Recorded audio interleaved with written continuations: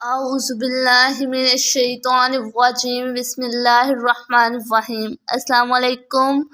My name is Natasha Imran और आज मैं जो आपका लेक्चर लेने जा रही हूँ वो केमिस्ट्री का लेक्चर है।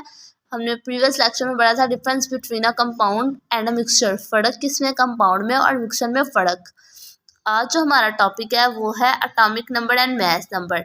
एटॉमिक नंबर के बारे में पढ़ना है हमने और मास नंबर के बारे में पढ़ना है। मैं अपना लेक्चर शुरू करने से पहले आपको बताना चाहती हूँ कि मैंने इसी अकाउंट में मतलब वीडियोस अपलोड करूँगी तर्जुमातुल कुरान की, तो जो जो उसमें शामिल होना चाहता है वो कमेंट से मुझे बता दे ताकि मैं उस हिसाब से अपनी वीडियोस अपलोड करूँ। चलें अब हम पढ़ने जा रहे हैं एटॉमिक नंबर और मास नंबर।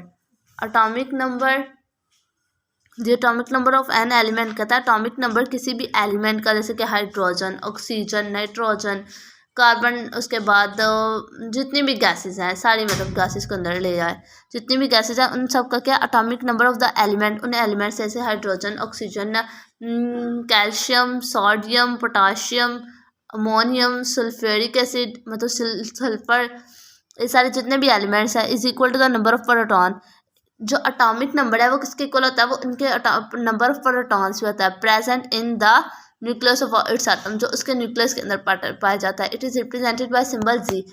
इसको हम सिंबल जी से रिप्रेजेंट कर सकते हैं। अब आपको जब आना ना डिफरेंस आना है तो आपने क्या करना है, एक आपने एटम्स तक लिख देना है पॉइंट और दूसरा आपने मतलब पॉइंट्स बना करना, तो आपने लिखा है it is represented by G, difference between maths में, और ये रिप्रेजेंट करता है ए से।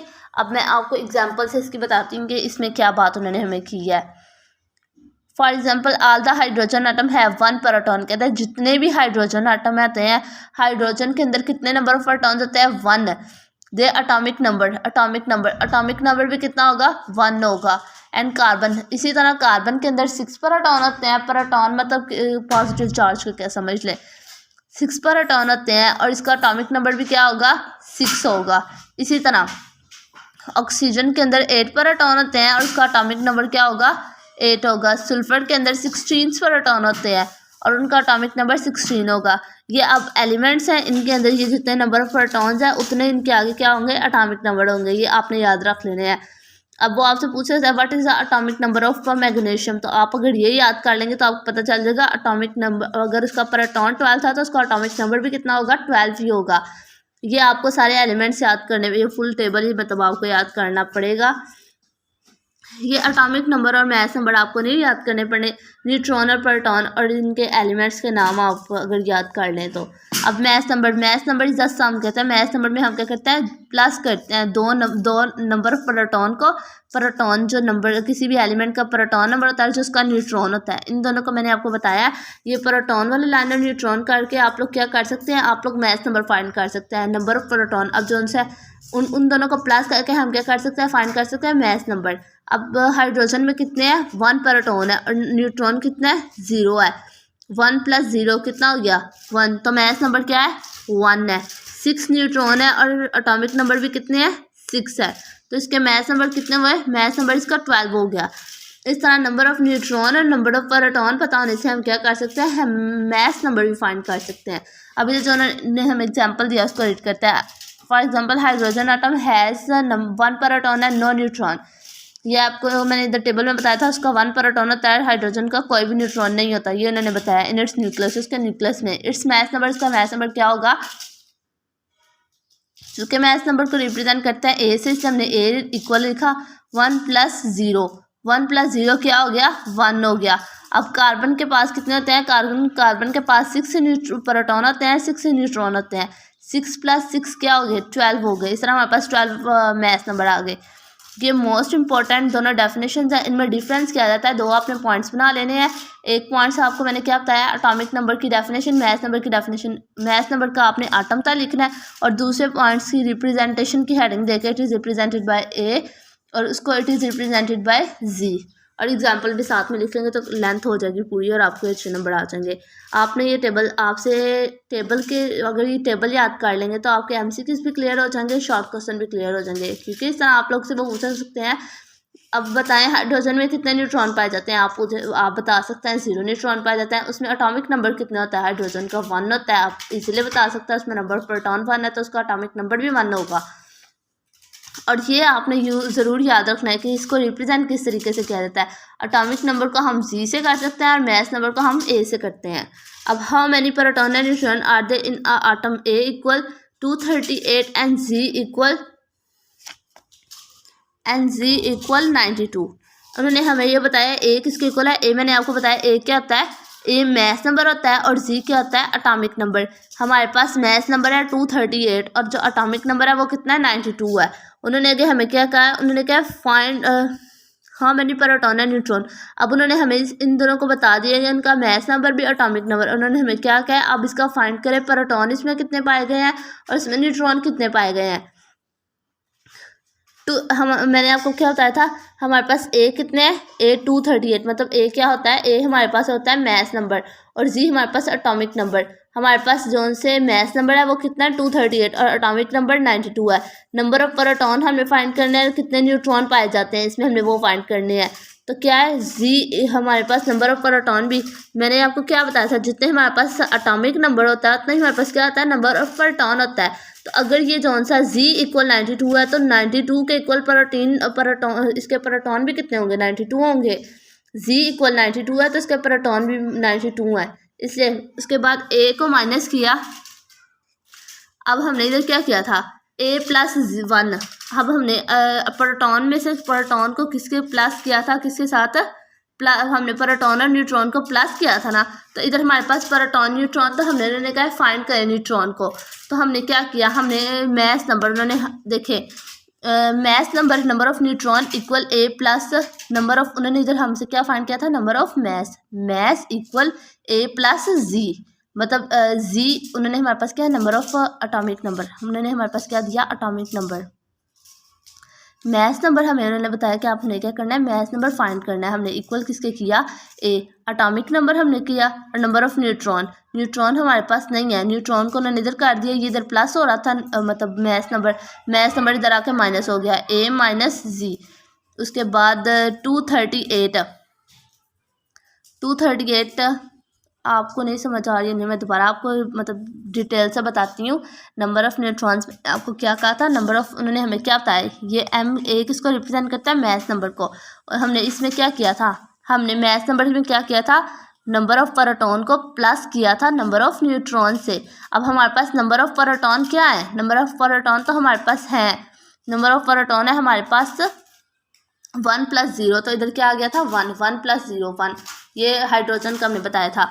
अब इधर उन्होंने हमें क्या बताया, ए क्या है, ए हमारे पास है एटॉमिक, ए हमारे पास है मैथ नंबर उसने हमें दिया, मैथ नंबर से हमने माइनस किया किसको, एटॉमिक नंबर को, तो हमारे पास क्या आ जाता है 146 हमारे पास न्यूट्रॉन आ जाते हैं।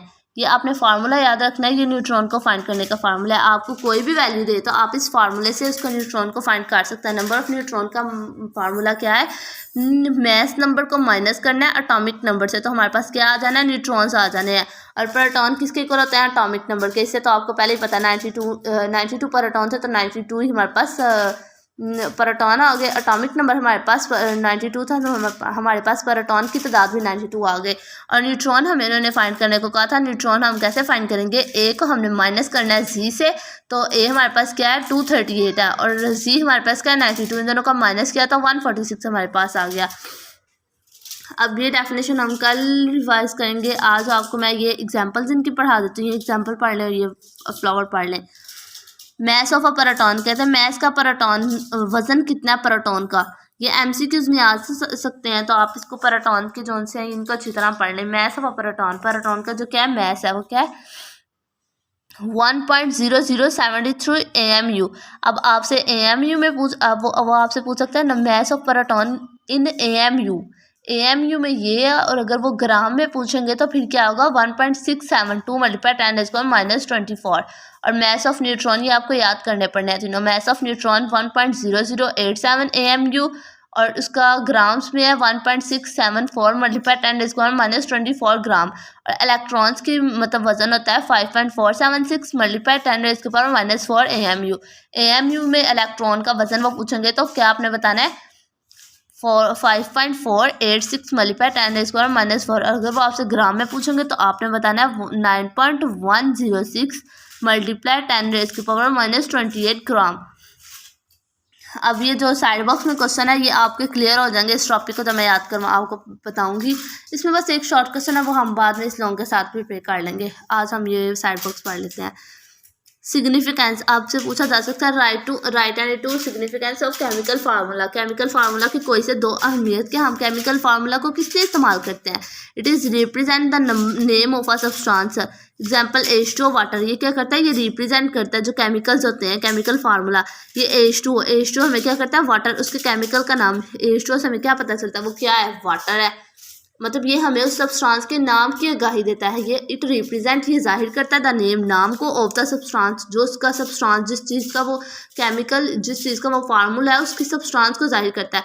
अब H2 किसका फार्मूला है, वाटर का, तो H2 क्या जाहिर करता है, यहाँ पे क्या मौजूद है, वाटर मौजूद है। ये हमें हेल्प करता है। H2 हमें मतलब H2 की हमें शनाख्त है। H2 हम किसे कहते हैं, पानी को कहते हैं केमिस्ट्री में। H2O क्या करता है, जो हमारे पास H2O एक एलिमेंट है, एक फार्मूला है, ये हमें क्या करता है, ये हमें बताता है इधर क्या है, वाटर का जिक्र हो रहा है। मतलब अगर हमारे पास टाइम नहीं है ज़्यादा लेंथी नंबर लिखने का, तो हम उसकी जगह H2O उसका फार्मूला लिख सकते हैं इजीली, मतलब टाइम भी अपना बचा सकते हैं। और अगले इंसान को भी पता चल जाएगा कि हमने इधर क्या लिखा है, इधर हमने वाटर लिखा है, इधर मतलब वाटर को बयान किया जा रहा था। It is also represent 1 mole of the molecule in the balance chemical equation. ये क्या करता है, केमिकल इक्वेशन ये हमें बताता है कि केमिकल जोन से होते हैं उनमें भी क्या किया जाता है, इक्वेशंस को बैलेंस किया जाता है। किसके साथ, मॉलिक्यूल्स के साथ। उनके एंड पे जो मॉलिक्यूल होता है उनको बैलेंस किया जाता है, किसके साथ, केमिकल्स के साथ। It is in fact 1 molecular formula unit of the compound. ये एक मॉलिक्यूल होता है और क्या हो सकता है, फार्मूला भी हो सकता है। ये एक मॉलिक्यूल भी हो सकता है और फार्मूला भी है, किसका, एक कंपाउंड का।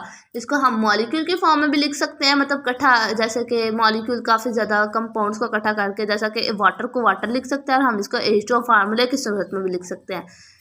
It indicate the mass of the compound in AMU and the grams. अब मैंने आपको ये बताया था, ये AMU में भी हमने बताया था, ये ग्राम्स में। ये क्या करता है, ये हमें फाइंड करने में मदद करता है, क्या, मैस को AMU में भी और किस में, ग्राम में भी। हम इसको फाइंड कर सकते हैं ग्राम्स में भी और AMU में भी। ये दो मतलब हमारे पास यूनिट्स हैं, इन दोनों में हम लोग किसी भी एलिमेंट को फाइंड कर सकते हैं। It tells the name of the element as present in the compound. ये हमें बताते हैं कि इसमें कौन कौन से कंपाउंड पाए जाते हैं। अब वाटर में उन्होंने हमें क्या बताया, वाटर में क्या पाई जाती है, हाइड्रोजन पाई जाती है और ऑक्सीजन पाई जाती है। ये हमें बताते हैं कि उस चीज़ के अंदर कौन कौन से केमिकल्स डाले गए हैं, कौन कौन से मतलब कंपाउंड्स आपस में रिएक्ट हुए हैं। अब वाटर हमारे पास है, हमें वाटर, अब किसी को पहले तो नहीं था ना पता कि वाटर में हाइड्रोजन भी पाई जाती है और ऑक्सीजन पाई जाती है। हमने पढ़ा है H2O, इसमें 2 मोल हाइड्रोजन के होते हैं और 1 ऑक्सीजन होती है। ये दोनों मिलते हैं तो हमारे पास क्या होता है, वाटर मिलता है। ये बताता है कि इसके अंदर वाटर, ये बताता है कि जो कंपाउंड है वाटर है वो किन से मिलकर बना हुआ है, वो हाइड्रोजन से मिलकर बना हुआ है और ऑक्सीजन से मिलकर बना हुआ है। ये हमें मदद करता है ये जानने के लिए। अब ये जो आंसर है, ये आपको क्वेश्चन आ सकता है, right any 2 significance of chemical formula. ये शॉर्ट क्वेश्चन में आपको आएगा और ये काफ़ी दफ़ा रिपीट हुआ है शॉर्ट क्वेश्चन, तो आप इसको रिवाइज कर लें। 2 पॉइंट्स ज़्यादा से ज़्यादा आप मस्ट याद कर लें इजीली। जो से पॉइंट्स है वो फर्स्ट वाला है, सेकंड वाला, ये वाला ही ज़्यादा इसलिए ये आप मतलब इजीली याद हो जाएंगे। आप लोग वैसे सारे ही याद कर लें, लेकिन अगर किसी से नहीं याद होते तो वो 2 याद कर लें, क्योंकि 2 नंबर का मार्क्स शॉर्ट क्वेश्चन होते हैं और 2 पॉइंट से आपको 2 नंबर आपको मिल जाएंगे। वैसे अगर आप फुल याद करेंगे तो क्या पता आप कोई MCQ से इधर आपको डाल दे तो आपको MCQ कंफ्यूज कर दे, तो आप सारा याद करें, बेटर यही होगा आपके लिए। अब मैं आपको दोबारा बोलने जा रही हूँ कि बताने जा रही हूँ कि मेरा इसी चैनल पे मैं अपनी वीडियोस अपलोड करूँगी तर्जुमातुल कुरान की, तो जो उसमें शामिल होना चाहता है वो मुझे कमेंट्स में बता दिया करे, ताकि फिर मैं उस लिहाज से अपनी वीडियोस अपलोड करूँगी। फिर ये तालीम तो आपकी इधर ही रह जानी है, वो तालीम है जो आपने आगे लेके जानी है। तो आप, मुझे उम्मीद है ज़्यादा से ज़्यादा लोगों से कि वो मेरे कमेंट्स में आपको मुझे बताएंगे कि वो इसमें शामिल होना चाहते हैं। अल्लाह आप सबको कामयाब करे। चलिए, अल्लाह हाफिज़।